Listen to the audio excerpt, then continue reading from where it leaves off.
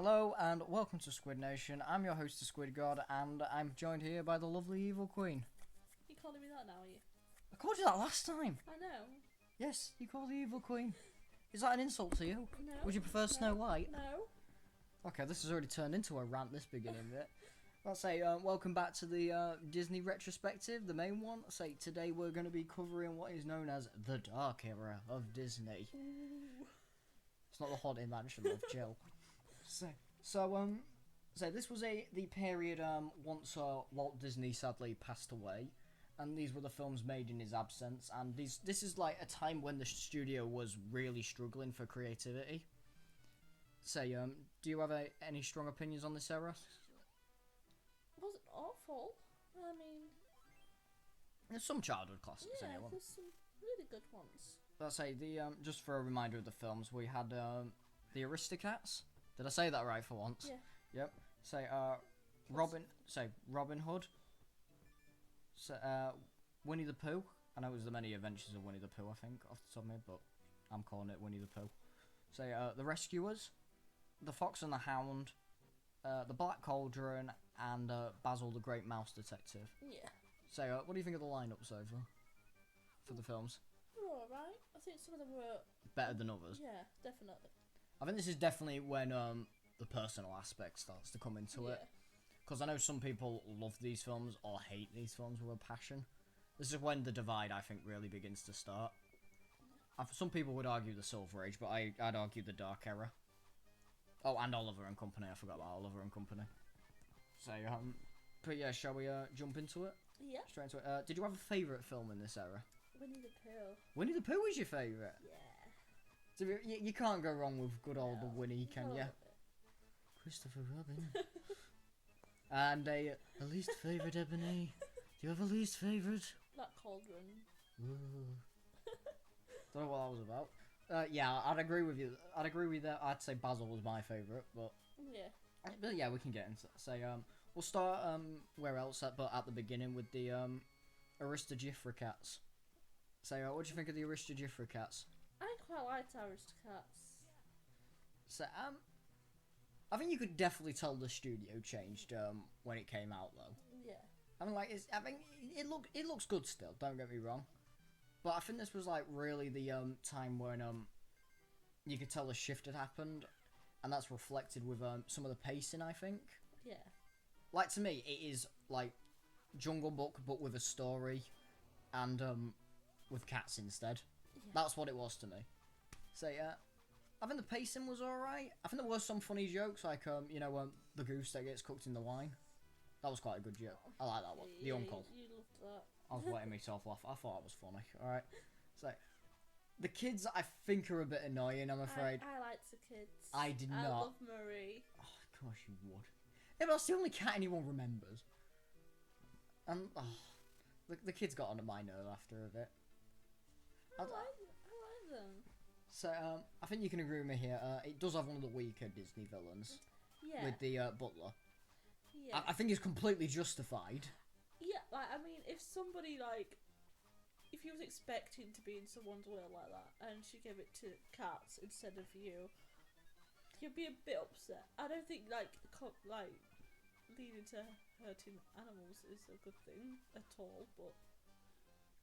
I know, but why that method of killing? Just, Yeah, but he didn't want to kill him, did he? He just wants them to get lost, to be fair. It was just... An unsung hero. Oh dear. But yeah, so oh, and that one little stereotype Chinese joke has not aged well either. That one guy on the keyboard, there was one of the cats and it was like heavily Chinese. So songs in it, well, the main song was pretty good. Everybody wants to be a cat. Yeah, that was pretty good. So both renditions. Yeah. So and I can't remember his actual name, but Baloo the cat. Baloo the cat was pretty good. Him and the mother had a good relationship. I quite like that. Yeah, why are you... It's Baloo the cat. That's his name. Just because he's a voice actor. It's Baloo. Is it? You gonna argue with me on that? No. Yeah. But I think overall though it doesn't stand out a lot. But I think what it is, it's fine as it is. It's got the odd good moment, but I don't think it stands out a lot. But I think that's for me because I don't really like the kids. Yeah, and it focuses a lot on them. Yeah, exactly. So it kind of grates on me a little bit. But I like the film. It's not unwatchable. I'd watch it again. I would. So, next is one, I know a lot of people like it, but I'm still not the biggest fan of it, is Robin Hood. Yeah. I think it's mainly because Robin Hood's pacing is horrible. Like, I think the opening is good. You know, when it's him, when they like dress up as the women and you know, rob King John. I think that was good. That was good, yeah. But I think, like, to me, this was one of the only Disney films at this point in time that came off as a bit cheap. Because there's a lot of like flat animation bits, and I didn't really like the music in it either, and the side characters. Other than the kids, like this is weird because I didn't mind the kids in this one, other than when they go on and do their own stuff. But like I say, Robin Hood was fine himself, but they want a great deal of him, ironically. Yeah. Can we all agree that beginning tune as it opens, once you hear it once, you're not getting it out of your head. Oh no! As soon as they start singing that, that's the end of it. I'm not even singing. It's just like literally that. It's just like, oh. Yeah. It's in your head. For the rest of the night. It's gonna be in my head for the rest of the night now. Oh, you're welcome. What did you think of it overall, though? I wanted to like it, but I didn't hate it. I didn't think it was bad, but I think once after the bit where he visits the kid at the birthday party, yeah. I think after that the film goes downhill for me. I would probably watch it again or in the background. I don't think I would. It's one of those, like, if it's on it's one I'd watch every few years, and that'd be the end of it. But I'd never sit down and go, oh yeah, let's watch Robin Hood. Yeah. And I know this was a childhood for a lot of favourites, like especially in with the guys I hung out with. But it never stuck with me. The finale was alright, and King John, he's not a great villain, but he is funny. I'll give him that. Yeah. He's good comic relief, but that's all I can say about it.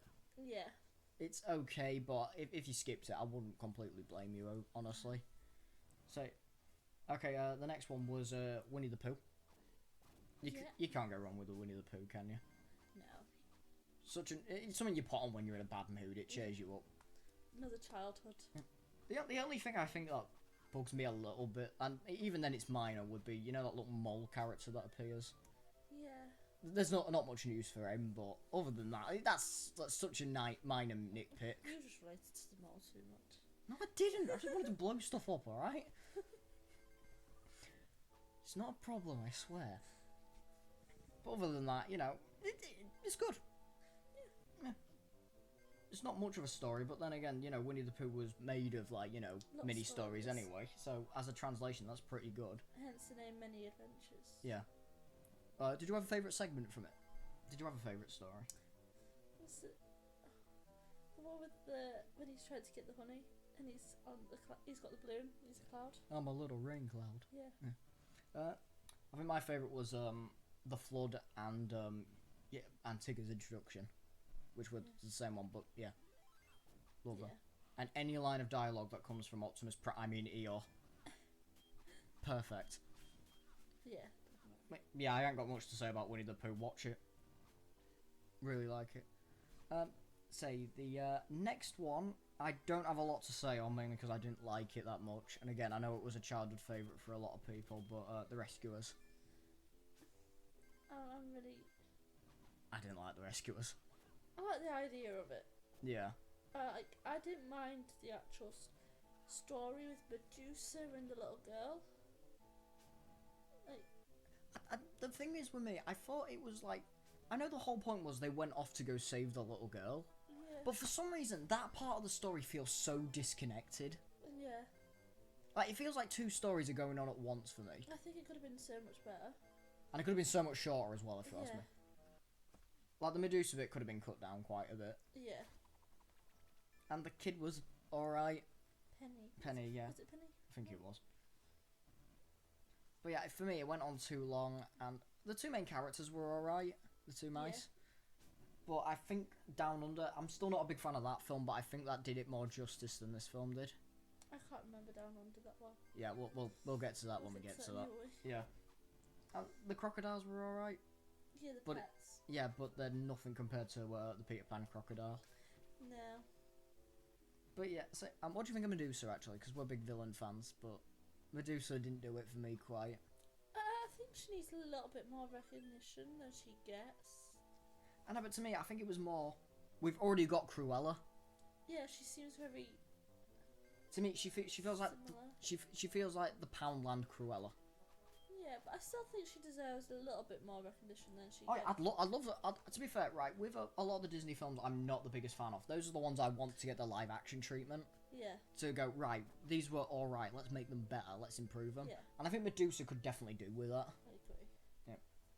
But I ain't got much. I think it's paced weirdly. The animation's alright, and the main two characters are good. But that's all I can really say for it, I'm afraid. Wouldn't recommend it personally, but yeah, if you like a good adventure film, maybe. Fair enough. Yeah. Okay, next. I don't know if this is controversial or not, but The Fox and the Hound. Oh, yeah. I know a lot of people have a lot of strong hatred feelings for it. Yeah. And I think a lot of the film is kind of boring. But I will say, I do think it has one of the most shocking third acts. Like, third act, like, twist bits ever. You know, when the bear shows up. Oh, yeah. Right, I was not expecting that to be as, like, big and violent as it was.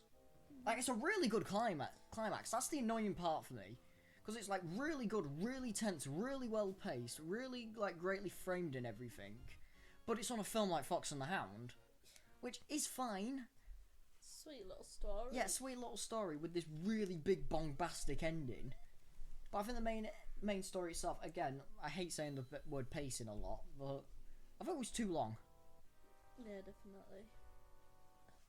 And I'll say, if I'm being honest, right, a lot of my problems were actually addressed in the sequel, ironically. Yeah. But again, that's not a good movie, by the way, but we'll get to that when we get to that. But yeah, Fox and the Hound, as it stands for me, it's a bit anticlimactic, and it doesn't really hold up very well, like especially compared to a lot of films which do the same plot but better. Yeah. Whereabouts would you rank it? Well, what would you say about it? It's weird because it's like one of the films that I remember most being on the tally. Yeah. When I was younger, but it was never one that I really sat and enjoyed. To be fair, it's one of those, I think as well, like, could you really imagine sitting in the cinema and watching it? No. Yeah, because that's my problem. I couldn't. I remember that scene where the old woman leaves the fox. Yeah. That was a good scene. Yeah.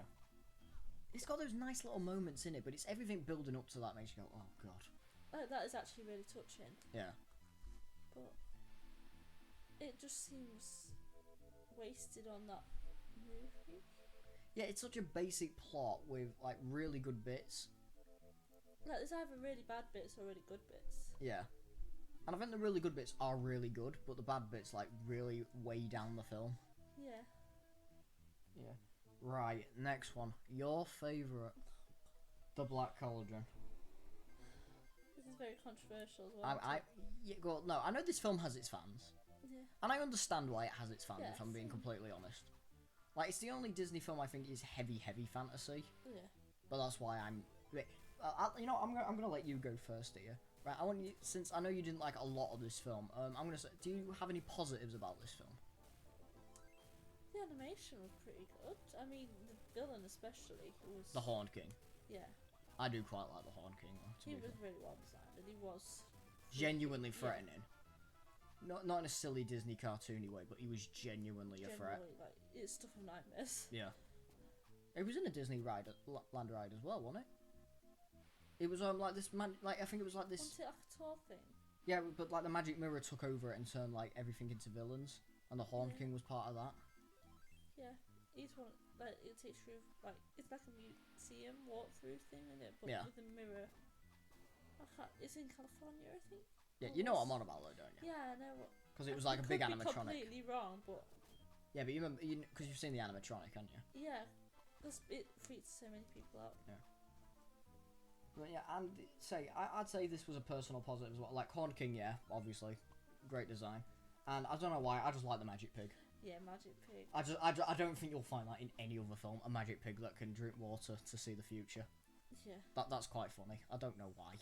Right. And yeah, there's some good like camera angles. Like you can see this is when the studio started changing back. Yeah. Yeah. But at the same time, I do understand why this movie lost a lot of money. For starters, I don't think the characters are likeable. They're not memorable either. But I don't think anybody actually remembers a lot of the names. Yeah, neither do I. Like is it Tana, the main character? Or Taran? Something like that, I think. Yeah, like, say... And he's got, like, the most annoying English accent ever. And I can't even say the princess's name. Flobada. And that's all I'm going to call her. And I would say, Tanya, or however you say his name, I'm going to get butchered by Black Cauldron fans. Say, to me, he was like, that accent really annoys me. Yeah. And he's such a whiny so-and-so through the whole thing. That little weird skunk sidekick dog thing, didn't like them. That you can tell they were really just going, oh, Gollum. And I know Gollum in the movies wasn't a thing. Very, like, based on that kind of thing. Well, the books were popular at the time, weren't they? Yeah. The Lord of the Rings books. And No, there was an animated film, but there wasn't. The movies weren't a big thing yet. No. But Lord of the Rings was still big, like in book form, still. So, and I imagine that's what they were going for watching it. Yeah, and it was like trying to look for what's big at the time, wasn't it? Yeah. But yeah, I don't. Overall, I think the pacing was bad. I don't like. I'm not a big fan of like the music choices. And like, oh, yeah. So I found it hard to keep focused, like keep on track with it. It was so jumpy, wasn't it? Yeah, I was distracting myself and then losing it completely. Like you like 1 minute like in like the villain's den, and then like underground, and then like in a fairy garden or something. It's one that I really wanted to surprise me though. Yeah. Like I said, I went into it going, right, let's see if this is an underrated gem like everyone says, and then it was just boring. Yeah. I think that's one of the worst like ways to describe a film, that is boring. I know I've just like said how like nobody really remembers the characters, but I think the princess does need to be like counted as a princess. And to be fair, I like, you know, especially I would love the Black Cauldron to be made in the. I'm not a big fan of the movie itself, but you know Maleficent, the movie. Yeah. I would love the Black Cauldron to be remade in that style, just because I think it could fix a lot of the issues. Yeah. Give it a full length, let it actually develop the characters a bit more. I think that would look really well in live action. Definitely. But yeah, wasn't a fan of it in animation, unfortunately, which is my preferred medium, but I do think it needs a second life. Definitely. So, and now the last two. Basil the Great Mouse Detective. Yeah. I liked it. I really liked it. Okay. I love Rattigan as the villain. Yeah. Rattigan is the best part. A rat that didn't want to be known as a rat. Rat, yeah, brilliant. Oh no, but even then, just his flamboyant nature is just great. And his plan. Yep. Robotic Queen Elizabeth. Full Queen Elizabeth. Mouse version. Yeah. She can't die, don't be daft.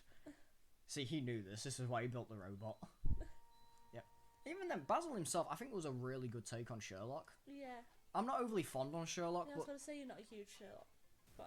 no, and even then, like even Rattigan's villains as well, like reacting with Sherlock. I think it's a good dynamic he's got with everyone. Yeah. It's just like, it's like they took Sherlock but gave him like that likable edge, and they kind of humanized him despite him being a mouse, which I don't get how they did that, but he seems like an everyday person other than, yes, I'm Sherlock, I'm highly intelligent, I'm smarter than you all. Yeah. Even though I know that's the point of Sherlock, but it's a like, after watching so much Sherlock, it gives you a headache. And that final fight on in Big Ben, Yeah, that was really creative yeah. on the clockwork. That'll always stick with me. Yeah, definitely. But did you have any negatives for the film? Not particularly, no. So other Can't think of any. so yeah, but that's all I've really got to say about Basil. I like it. There's not much else to say. It's a good take on Sherlock. Good, yeah. And finally, I think the most bizarre Disney film like I ever saw at that point was, oh my god, Oliver and Company. Oliver and Company. To be fair, I didn't know what I was going to expect going into Oliver and Company. No. Because it was one of well, being English, we're very familiar with you know, Oliver Twist, the Oliver Twist story. You know, in a little too familiar with Oliver Twist. Yeah. Oh my god. But like seeing so it was like, oh, is this just going to be a typical American version? But oh my god, this was like the most. It feels like a Disney film that's trying to trend at the time, right? And it's so bizarre watching, but I loved it. I loved it. It was great. Billy Joel the dog. What is going on? That song. That song is now stuck in your head as well now, isn't it? Today. I've got a mixture of flipping Robin Hood and. That's not a good mix, Ebs. Go No, on. it's not. But no, I really like the style of it. I love that like gritty New York feel to it, Yes, definitely. and I like how it does contrast with the characters as well, and like they all kind of play into the environment really well. Like like the dog that's full of herself. Yes. Like she really plays into it well. Like say Bill Sipes, like him being like an American mobster at the time, that was really cool. Yeah. I just think it all worked really well. I agree. Definitely. I think my only problem is it's definitely a film you look at and go, yeah, this was definitely made in the 80s. Like that's the only real problem I've got with it. Yeah. And I think like if you put it next to any typical Disney film, like you put it next to Sleeping Beauty, you go, really, this was the same studio? What?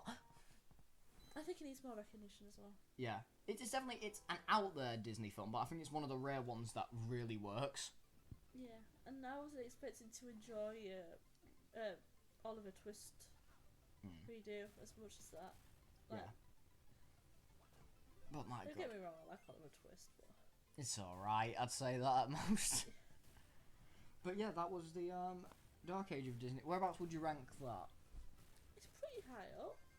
Right, I think it would be me. I think I'd put I'd put it above. I think the Golden Age and the Silver Age would be above it. I think I think a few of them would be above some of the Golden Age stuff, but I do think it's definitely better than the Wartime Age. Definitely. The Silver Age, that's where my big debate comes from. I think the Silver Age is definitely a lot more safer in terms of like picks for films, but I do think this era does have its place in the Disney vault. Definitely. I think with this era as well, I think it's just I want them to redo a lot of these films. Yeah, I'd like to see. Like I think even if you like how Winnie the Pooh got Christopher Robin, Yeah. I'd like that take on a lot of these. To be fair, Same. Yeah. Definitely. but yeah, that's all I've got to say on the Dark era. What about you? Yeah, me too. Yeah. I think we covered it all. Right, I'll call that a wrap then. Yes. So thank you for watching. Don't forget to like, comment, and subscribe, and remember to I don't know, eat a burrito. Right, thank you. Burritos. Yes, a burrito. Have a good night.